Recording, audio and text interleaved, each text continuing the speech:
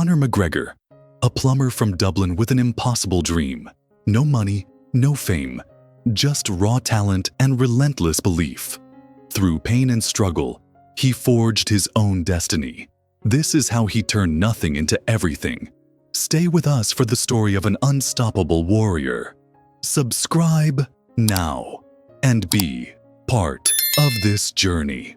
The streets of Dublin were cold, unforgiving, and full of obstacles. But for Conor McGregor, they were more than just roads. They were battlegrounds. Every morning, as he walked through the narrow alleys, he saw the same faces, the same struggles. Men who had once dreamed big, but had given up, swallowed by routine, by survival. His father wanted him to follow that path, to work hard, earn a living, and stay safe. But inside, Conor knew he was meant for something greater. He didn't want to just survive. He wanted to conquer. From a young age, Conor was drawn to movement, to speed, to power. Football was his first love, but it wasn't enough. He needed more. Something inside him craved battle, the thrill of combat. When he discovered boxing, it was like finding a missing piece of himself. The first time he stepped into a gym, felt the weight of the gloves on his hands, and heard the sound of his fists hitting the bag, he knew this was where he belonged. But dreams don't pay the bills. In the McGregor household, money was tight and expectations were clear. Work hard, earn your keep, don't waste time on fantasies. So at 16, Conor took a job as a plumber's apprentice. The days were long, the work was grueling, and every hour spent tightening pipes and fixing leaks felt like a chain around his neck. He would come home exhausted, his hands covered in grime, his body aching. But no matter how tired he was, he never skipped training. Because deep down, he knew every punch, every kick, every hour in the gym was a step toward breaking free. The struggle wasn't just physical, it was mental. The doubt, the voices telling him to be realistic, to choose security over dreams. His father, a hardworking man who only wanted the best for his son, couldn't understand why Conor was willing to risk everything for a sport with no guarantees. Fighting won't put food on the table, he would say. But Conor wasn't looking for guarantees. He was looking for greatness. And then came the breaking point. One morning, after yet another exhausting shift, Conor stood in the middle of a work site, covered in dust, sweat dripping from his forehead. He looked around at the men who had been doing this job for decades, their faces etched with exhaustion, their dreams long forgotten. That moment hit him like a knockout punch. If he didn't take a risk now, he would never escape. That day, he made a decision. He would rather fail chasing his dream than live safely in regret. With nothing but a burning desire and an iron will, he quit his job and threw himself into training. It was a reckless move, one that brought even more financial hardship. There were days when he barely had money for food, when the weight of uncertainty pressed down on him like a heavyweight opponent. But he embraced the struggle, using it as fuel. Every night, as he lay in bed with his stomach empty, he repeated to himself, "I am not meant for an ordinary life. I will fight, and I will win." It started as whispers in the streets. A name passed around like a secret too powerful to keep: Conor McGregor. In the small underground MMA scene of Dublin, he was already a legend in the making, a fighter with knockout power, unshakable confidence, and a relentless hunger for victory. But beyond his talent, there was something else. An energy, a presence. He wasn't just winning fights, he was electrifying crowds, making them believe in something bigger. Dana White, the president of the UFC, had never heard of McGregor. Why would he? Ireland wasn't exactly known for producing MMA stars. But in 2013, during a visit to Dublin to receive an award, everything changed. After the event, Dana decided to stop by a local pub to meet with fans. It was supposed to be a casual night, a chance to connect with supporters. Instead, it became the night he discovered a future superstar. Inside the pub, the energy was electric. Fans crowded around Dana, eager to talk about their favorite fighters, the latest matchups, the future of the sport. But among all the conversations, one name kept coming up: Conor McGregor, over and over again. At first, Dana dismissed it as local bias, but the insistence of the fans was relentless. It wasn't just admiration, it was conviction. They weren't just saying McGregor was good, they were saying he was different, special. Intrigued, Dana White decided to investigate. He reached out to his matchmakers, looked up videos, and what he saw was undeniable: explosive knockouts, a level of confidence that bordered on arrogance, yet felt entirely authentic. McGregor wasn't just fighting, he was performing. Every punch, every movement told a story. And the way he spoke? Pure charisma. This was the kind of fighter who didn't just win fights, he sold them. That was enough. Dana White made a call. Conor McGregor needed to come to Las Vegas.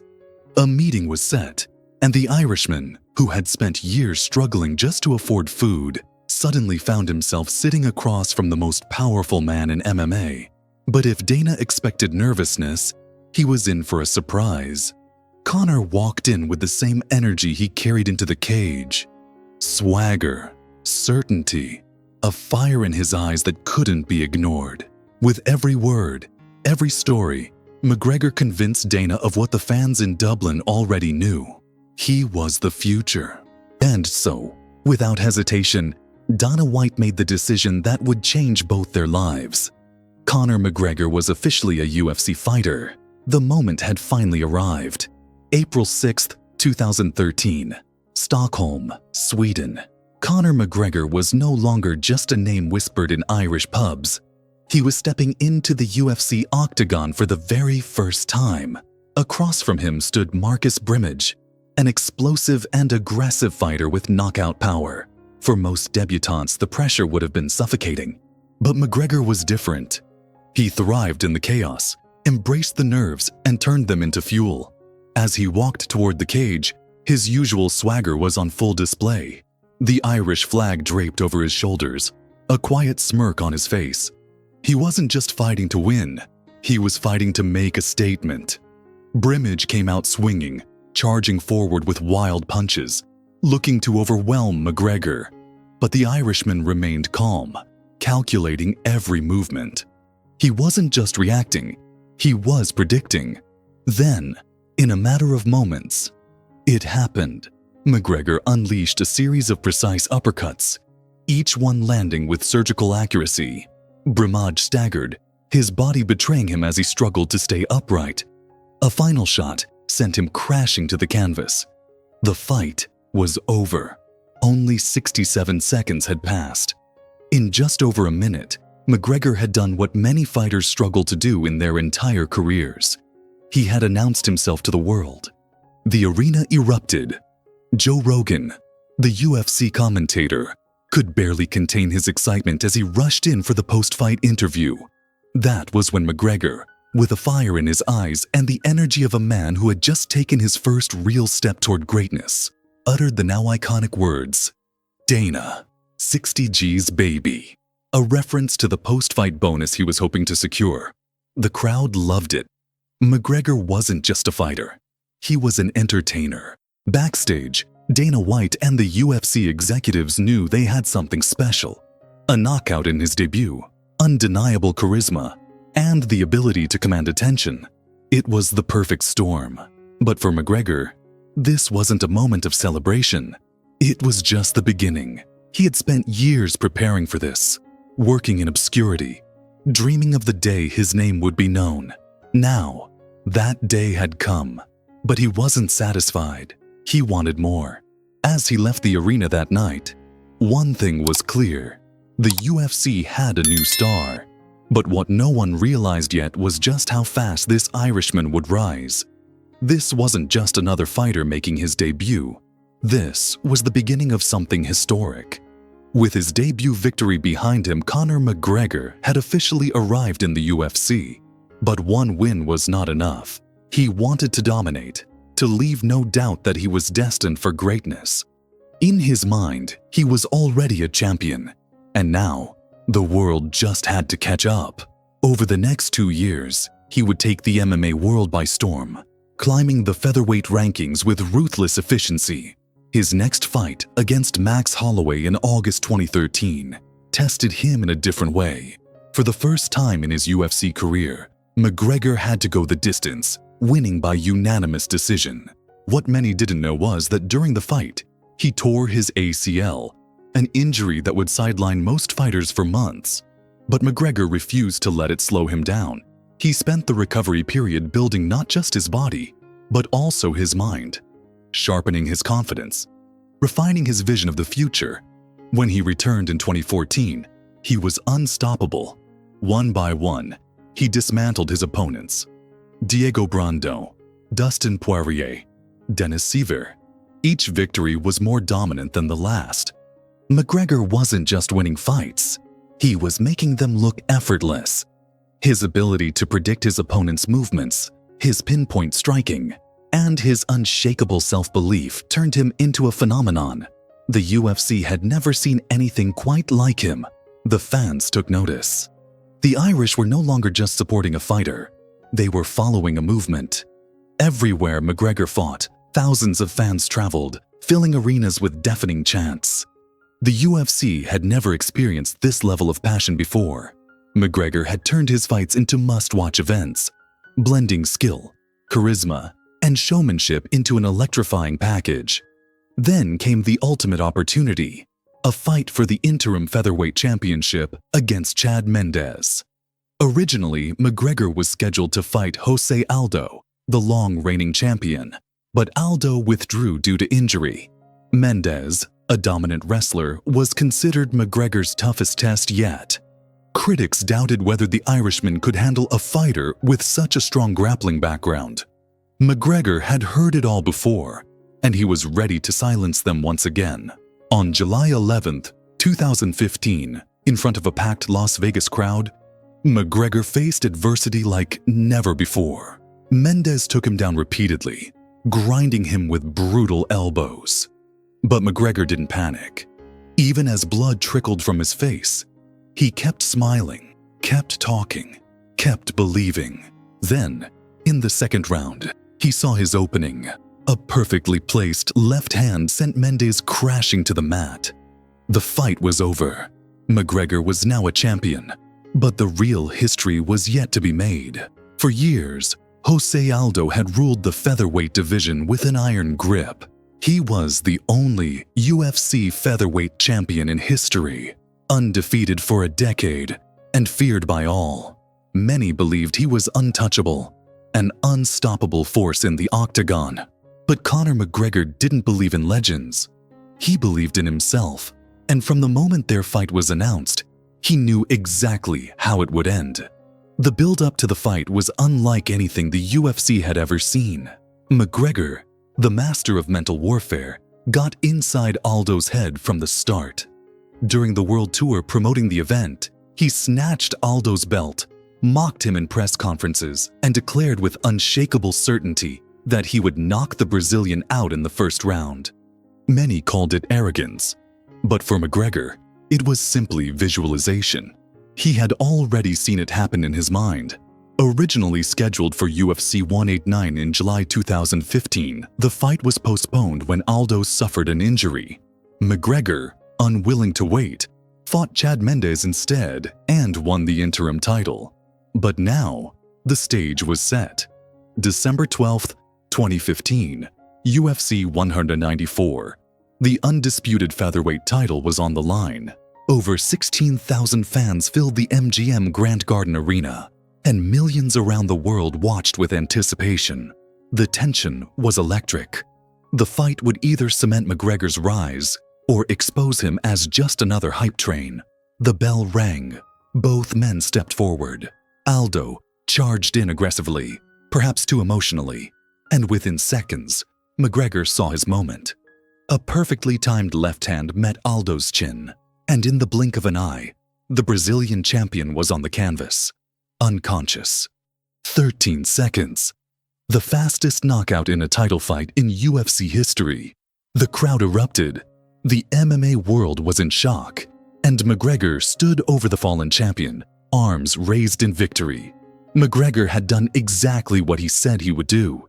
His confidence, his precision, and his ability to execute under pressure had turned him into a global superstar.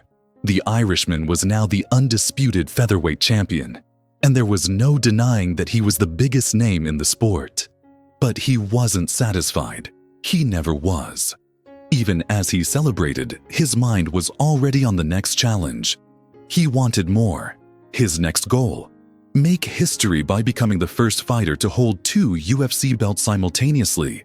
But to do that, he would have to step up in weight and face an entirely new challenge. And it would not go as planned. Conor McGregor had already conquered the featherweight division in spectacular fashion. But one belt wasn't enough. He wanted more. While most champions focused on defending their titles, McGregor had something different in mind. He wanted to do what no UFC fighter had ever done: hold 2 belts simultaneously in different weight classes. And for that, he needed to move up to lightweight and challenge the champion, Eddie Alvarez. The fight was announced for UFC 205, set to take place at Madison Square Garden, New York. This wasn't just another title fight. It was history in the making. The UFC had never held an event in the iconic arena before, and McGregor was determined to make it an unforgettable night. As always, his confidence was unmatched. He promised to dismantle Alvarez and take the lightweight belt with ease. Many doubted him, but they had doubted him before. In the lead-up to the fight, McGregor dominated every press conference. He mocked Alvarez, predicted the way the fight would go, and carried himself like the champion he believed he already was. Alvarez, an experienced and battle-tested warrior, refused to be intimidated, but it was clear that McGregor's presence alone was already playing a role in the fight before they even stepped into the cage. And when fight night arrived, the world watched in anticipation. The opening bell rang, and from the first moment, McGregor's striking was on full display. His timing was perfect, his counterpunches precise. Alvarez struggled to find an answer. Every time he stepped forward, McGregor made him pay.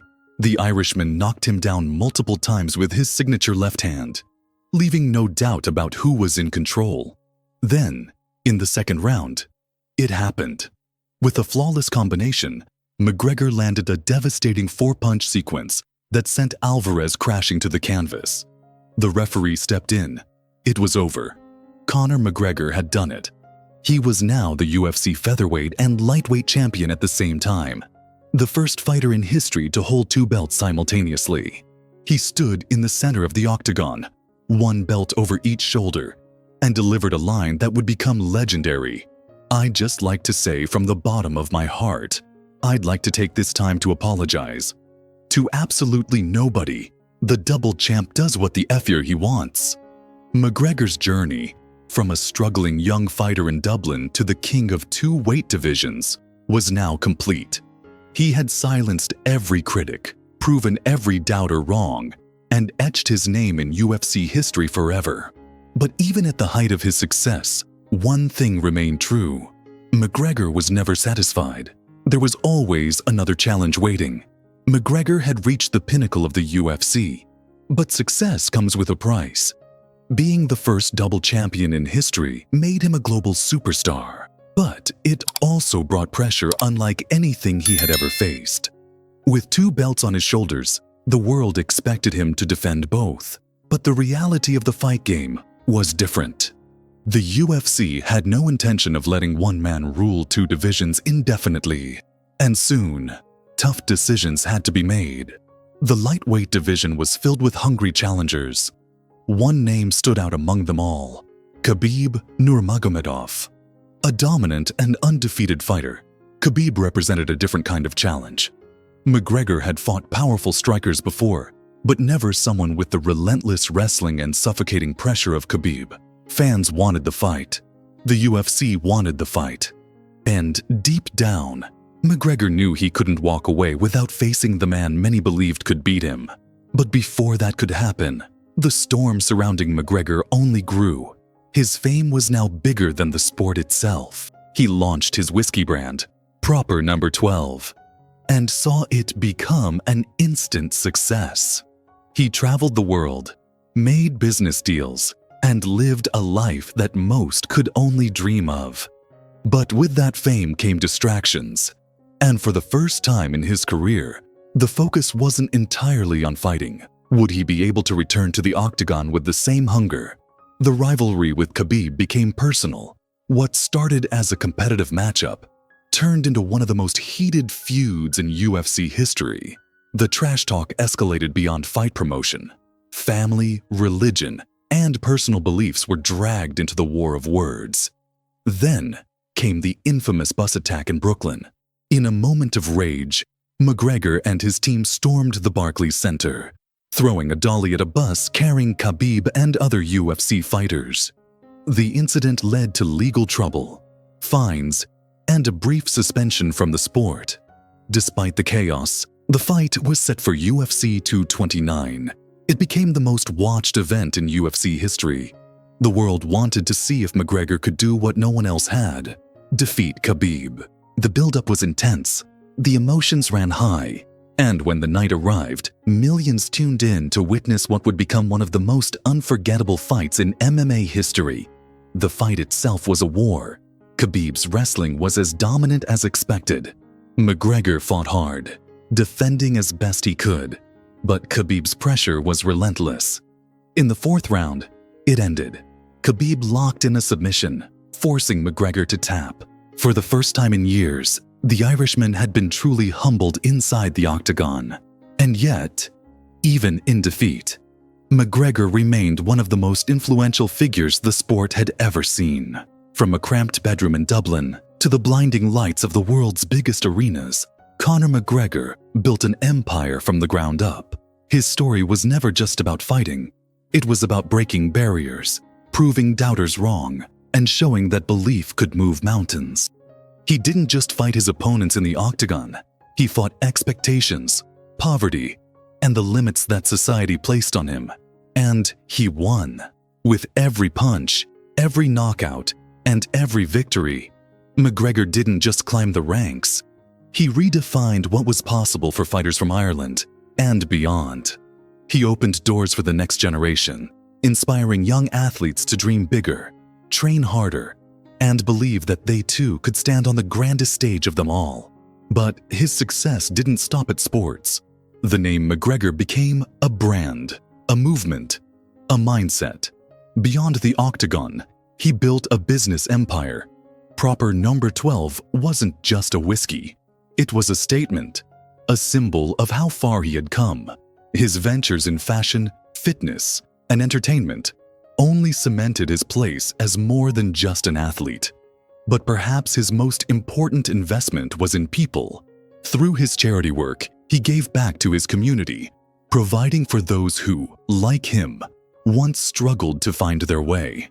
Yet, for all the riches, fame, and accolades, McGregor's greatest victory was never a title.